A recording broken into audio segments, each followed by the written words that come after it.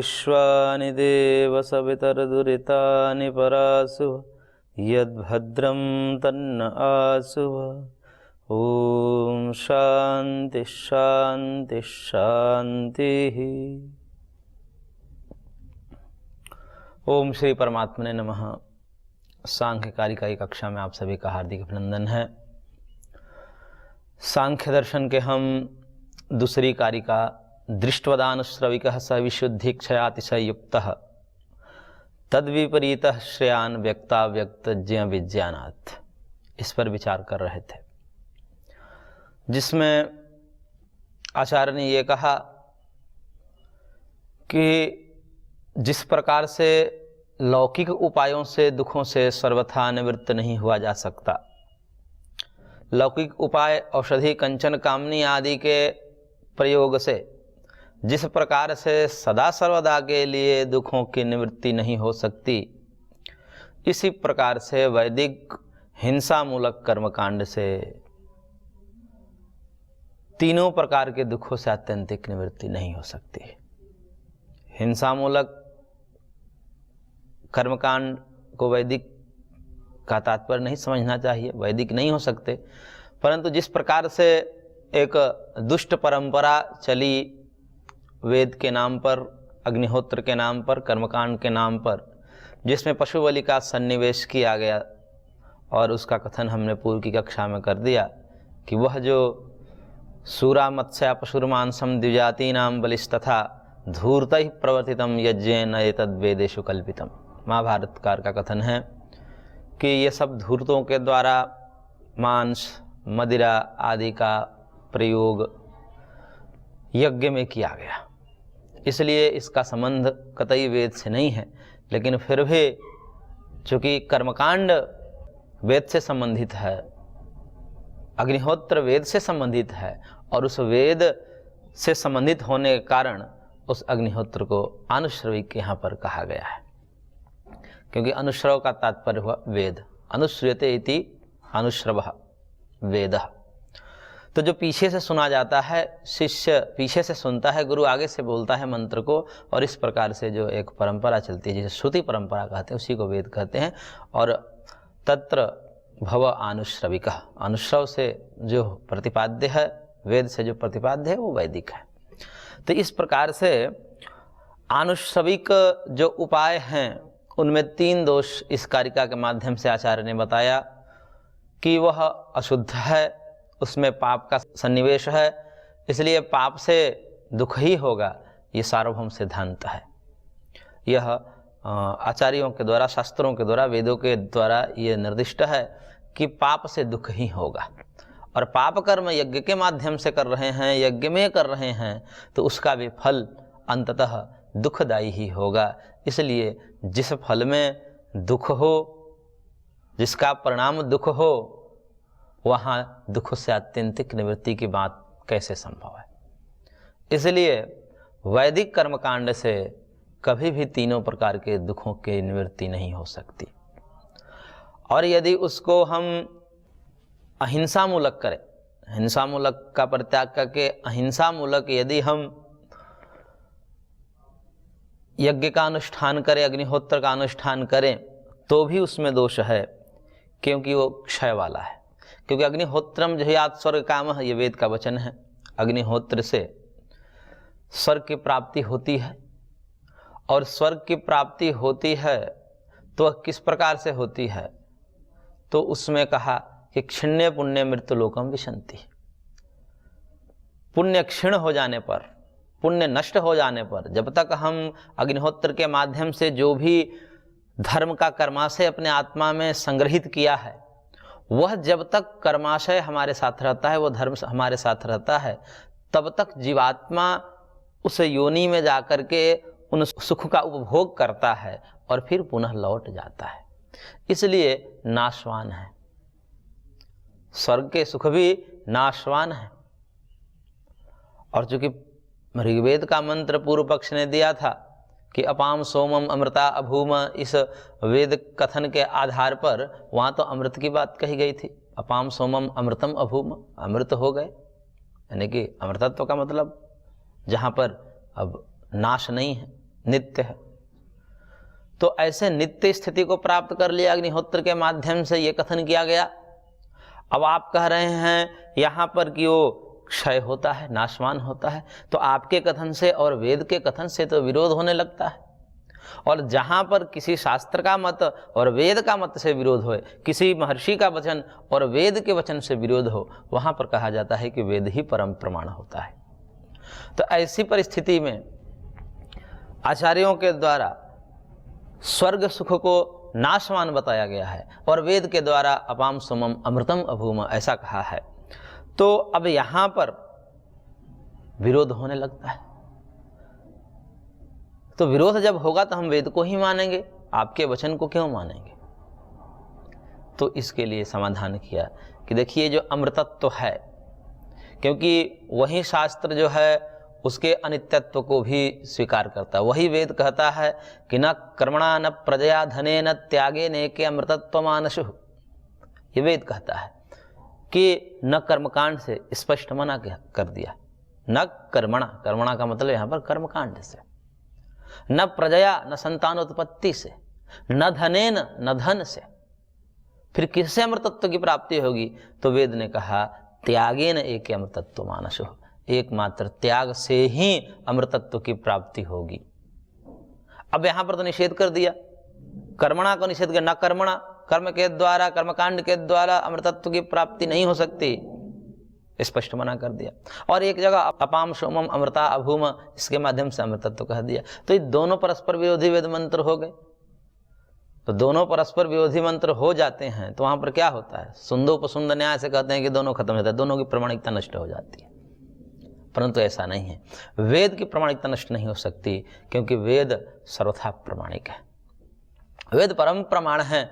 इसलिए वेद में तो विरोधाभास की बात ही नहीं, हमें संगति बनानी पड़ती है, क्योंकि वेद भ्रम प्रमाद विप्रलिप्सा कर्ण पाटवादि दोषों से सर्वथा मुक्त परमाप्त परमेश्वर के द्वारा विनिश्रित है, और उसमें किसी भी प्रकार के भ्रम प्रमाद विरोधाभास आदि की संभावना ही नहीं हो सकती। इसलिए वेद कह रहे हैं, एक जगह अमृत की प्राप्ति कह रहे हैं उसी कर्मकांड से, और एक जगह कर्मकांड से अमृतत्व को मना कर रहे हैं। तो इसका स्वारस्य समझना पड़ेगा, इसका गूढ़ आशय हमें समझना पड़ेगा। इसके लिए आचार्यों ने निर्देश किया कि दो प्रकार के अमृतत्व होते हैं, दो प्रकार के अमृत, अमृत शब्द का दो प्रकार का अर्थ होता है। एक तो होता है कि लंबे समय तक जो पदार्थ स्थायी रहे उसको भी अमृत शब्द से कह दिया जाता है। विष्णु पुराण में एक श्लोक आता है, आभूत संप्लवम स्थानम अमृतत्वम ही भाष्यते, कि आभूत संप्लव स्थान, आभूत संप्लव का मतलब होता है कि जब तक ये भूत विलीन न हो जाए, प्रलय में न चले जाए, क्योंकि प्रलय का काल है, इस पूरा ब्रह्मांड का, इस पूरा जगत का एक प्रलय काल होता है, महाकल्प जिसे बोलते हैं, महाप्रलय बोलते हैं। वो महाप्रलय जो काल होता है, 36,000 बार सृष्टि और प्रलय का जो काल होता है, 36,000 बार सृष्टि, एक सृष्टि में 432 करोड़ वर्ष होते हैं। ऐसे 36,000 बार, 36,000 से उसको गुणा कर लीजिए, उतने वर्ष तक ये पूरा तामझाम ये जगत ब्रह्मांड रहता है, उसके बाद विलीन हो जाता है अपने मूल कारण में। और तब तक जो पदार्थ रहने वाला है, उन पदार्थों को, क्योंकि इतना समय लंबा हो जाता है, इसलिए उन लंबे समय तक स्थिर रहने वाले पदार्थ को भी अमृत शब्द से कह दिया जाता है, क्योंकि इतना लंबा समय है तो मानो अमृत ही है, इस प्रकार से।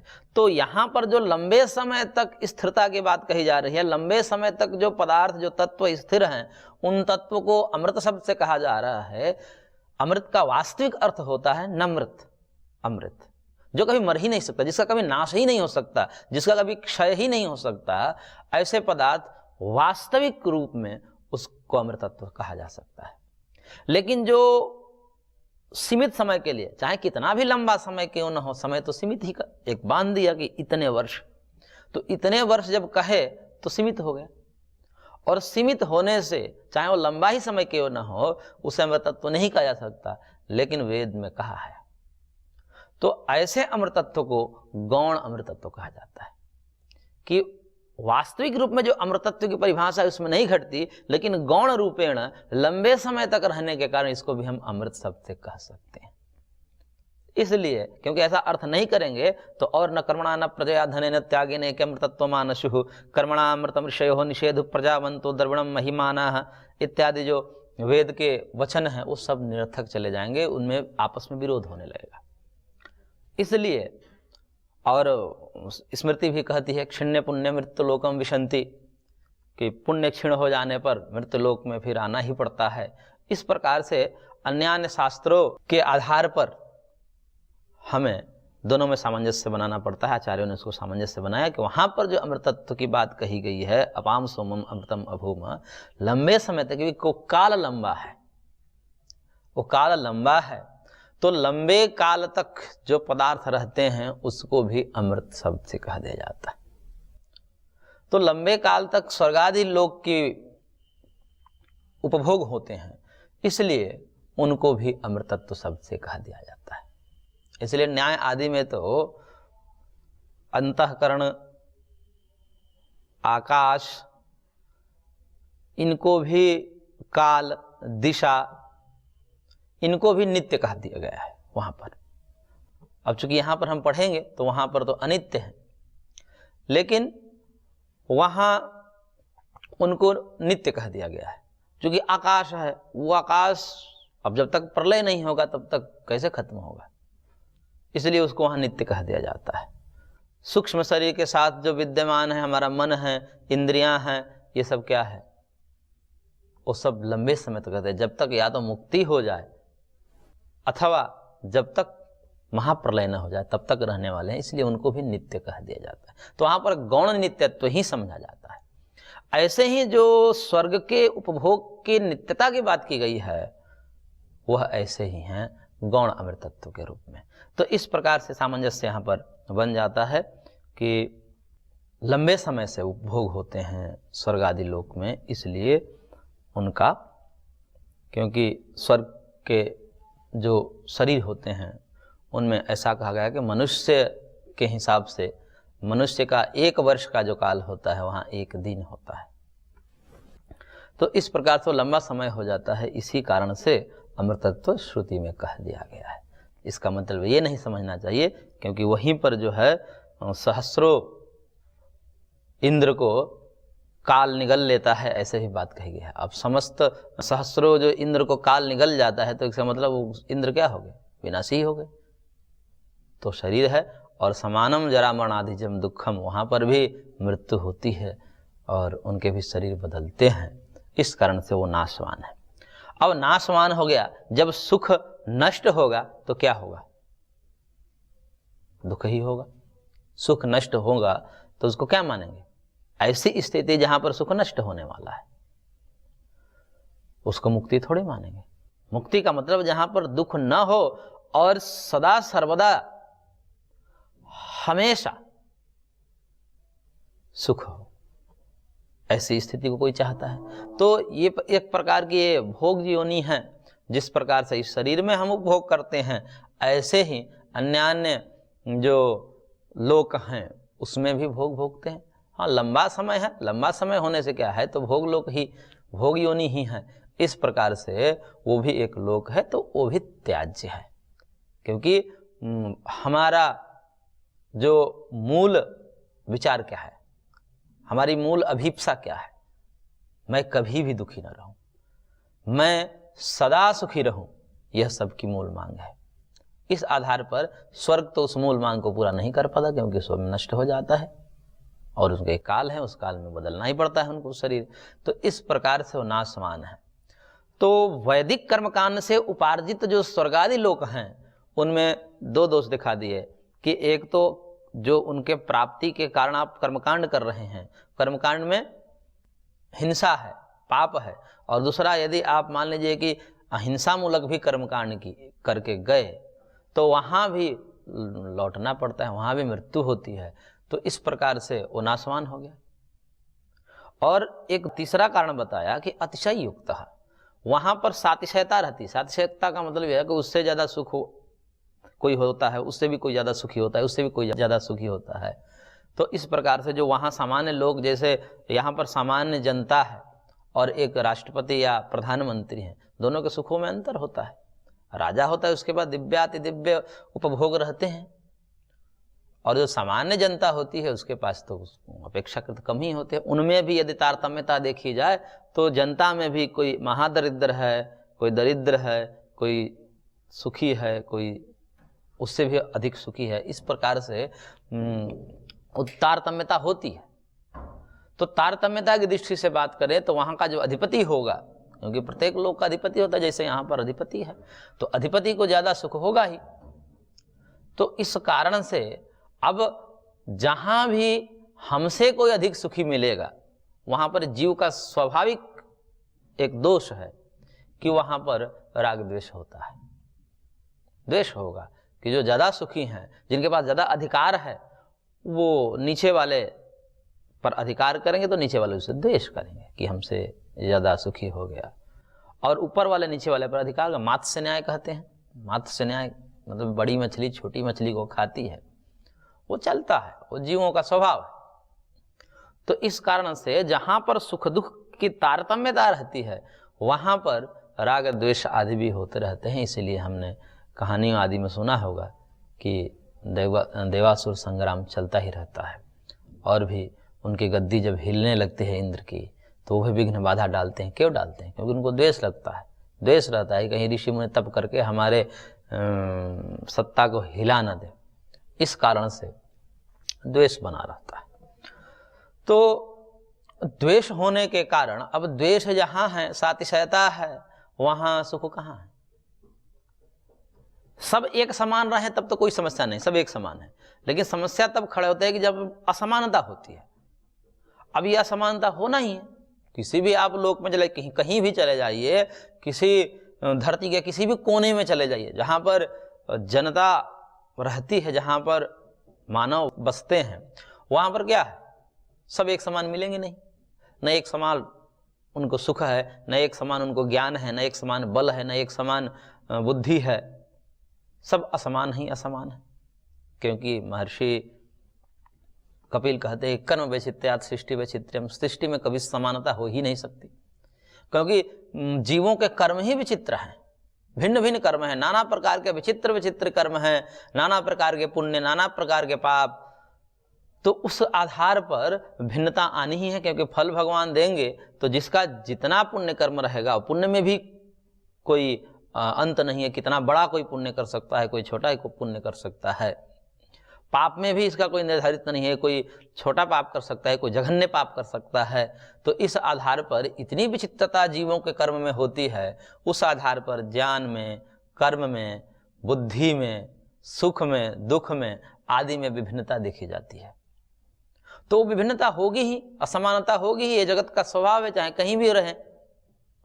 उत्तरोत्तर जीवों में सुख दुख का तारतम्य रहता ही है। स्वर्ग आदि लोक को पुण्य लोक माना जाता है, तो उस आधार पर भी सुख में तारतम्यता तो होगी ही। कोई अधिक सुख है, सुखी होगा, कोई कम सुखी होगा, कोई उससे भी कम सुखी होगा, कोई सामान्य सुखी होगा। इस आधार पर अब जहाँ पर असमानता होगी वहाँ पर होता ही है। अब देख लीजिए, इसी लोक में देख लीजिए, जहाँ पर असमानता होती है उसमें आवाज़ उठता ही है। नीचे वाले ऊपर वाले से द्वेष करते हैं, ऊपर वाले नीचे वाले को दबाते हैं, तो वहाँ फिर कहाँ सुख होगा? वास्तविक सुख का, सुख भी समान हो सबका, तब तो कहीं किसी से कोई द्वेष की बात ही नहीं है, लेकिन असमान होता है। इस कारण से द्वेष आदि होते हैं। तो वैसा सुख भी क्या जो हमारे सुख से कोई ज़्यादा हो, अतिशयता हो, निर्तिशयता नहीं है, अंतिम सुख हो, उसके बाद अब कोई सुख नहीं, उसके ऊपर कोई नहीं है, ऐसी स्थिति आ जाए तब तो व्यक्ति को अच्छा लगता है। लेकिन ऐसा संभव नहीं है कहीं भी। इस कारण से अतिशय से युक्त होने के कारण आचार्य कहते हैं कि जो वैदिक उपाय से उपार्जित स्वर्गादि लोक को हम यदि मोक्ष के रूप में परिकल्पना करें तो ये त्याज्य है, क्योंकि इसमें पाप है, नाशवान है, और उत्तरोत्तर इनमें असमानता है, सुखों में तारतम्य है। तो फिर क्या होगा? लौकिक उपाय को पहले ही खंडित कर चुके हैं, उनकी निस्सारता पहले ही दिखा चुके हैं कि लौकिक जो उपाय हैं जिसमें औषधि, भोजन, कंचन, कामनी आदि के उपयोग के द्वारा जो हम दुख को दूर करने का प्रयत्न करते हैं उसकी निसारता तो बता दिए। और यहाँ पर अब बाद में प्रश्न ये आया कि भाई लौकिक से नहीं हो सकता, चलो वैदिक से तो हो सकता है, वैदिक कर्मों से यानी कि कर्मकांड से। वैदिक कर्म का तात्पर्य यहाँ पर केवल कर्मकांड से। तो कर्मकांड को करके हम दुखों से दूर हो सकते हैं? तो महर्षि ने कहा कि नहीं हो सकते, सदा सर्वदा के लिए आप नहीं हो सकते, क्योंकि इनमें ये 3 दोष हैं। अशुद्ध है वो कर्मकांड, और उससे उपार्जित अशुद्धि शब्द जो है वो आप यज्ञ से जोड़ सकते हैं, कारण से जोड़ सकते हैं, अथवा अविशुद्ध होने से वहां भी दुख भोगना पड़ता है, ये अर्थ ले सकते हैं। तो इसलिए अविशुद्ध है, नाशवान है, और उत्तरोत्तर सुख में तारतम्य है, असमानता है। तो इसलिए यह त्याज्य है। त्याज्य का मतलब ये हमारे मूल जो अभिप्सा है, मूल मांग है, उस पर खरा नहीं उतरता। तो फिर क्या हुआ? अब शास्त्र के विरोध में जो कल्पना कर रहा है, शास्त्र के विरोध ही जो सोच रहा है कि नहीं हमें शास्त्र की बात माननी ही नहीं है, हम तो ऐसे कर लेंगे, जो ये बता रहे हैं, जिस फल की प्राप्ति करने की बात ये कह रहे हैं, वो फल तो हम अन्य उपायों से भी कर सकते हैं, तो हम इनकी क्यों सुने? ये कठिनतम जो इंद्रियों का संयम आदि की बात करेंगे, हम उनको क्यों करें? जब वही फल किसी दूसरे विकल्प से प्राप्त हो रहे हैं, तो स्वाभाविक रूप से कोई भी विचारवान व्यक्ति सहज को ही चुनेगा, जो सरल है, जिसमें सुख मिलेगा, जिसमें आराम मिलेगा, जिसमें कम तप होगा, उसी को स्वीकार करेगा। तो महर्षि ने कहा कि नहीं, ये जो हम जिस फल की बात कर रहे हैं, हम कौन सा फल की बात कर रहे हैं?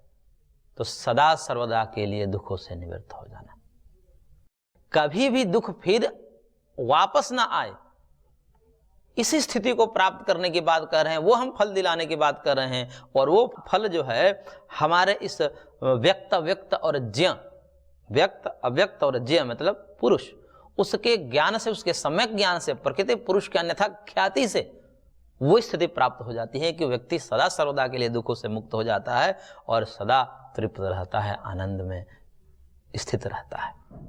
तो वो फल न आपके लौकिक कर्म से प्राप्त हो सकते हैं और न ही वैदिक कर्म से प्राप्त हो सकते हैं। तो लौकिक और वैदिक ये दोनों कर्म उस फल को प्राप्त करने में असमर्थ है। तो फिर क्या हुआ? तो स्वाभाविक रूप से अब प्रश्न ही नहीं बचा, 2 ही उपाय थे, या तो लौकिक अथवा पारलौकिक। तो फिर महर्षि ने कहा कि तद विपरीत श्रेण, इसलिए इसके विपरीत, यानी कि जो आप कह रहे हो लौकिक कर्मों से अथवा वैदिक कर्मकांड से, इनसे विपरीत व्यक्ताव्यक्त विज्ञानात् श्रेयम श्रेयान, कि व्यक्त अव्यक्त का जो ज्ञान है, तत्व ज्ञान जिसे बोलते हैं, वो तत्व ज्ञान रूपी उपाय ही श्रेष्ठ है, श्रेय है, श्रेयस्कर है। इसलिए जो लौकिक या पारलौकिक जो भी आप उपाय बता रहे हैं, उससे दुख दूर होता है, लेकिन उस प्रकार से दुख दूर नहीं होता है जिस प्रकार से हम सब चाहते हैं। और वो दुख दूर होगा व्यक्त अव्यक्त और ज्ञ यानी कि पुरुष के तत्व ज्ञान से, और वो इसलिए वही श्रेष्ठ है, वही उपाय सबको करने चाहिए। और वो उपाय हम शास्त्र के द्वारा आगे बताएंगे, इसलिए आपको शास्त्र सुनना पड़ेगा। इस प्रकार से शास्त्र की सार्थकता सिद्ध हो जाती है। एक तरह से वो शास्त्र की निरर्थकता पर प्रश्न चिन्ह लगा रहा था कि निरर्थक है, अन्य उपायों से भी हो सकता है, तो महर्षि कह रहे हैं कि निरर्थक नहीं है, ये सार्थक है। तो इस प्रकार से आज की कक्षा को हम यहीं विराम देते हैं, शेष अगले अंक में। ओम शांति शांति शांति।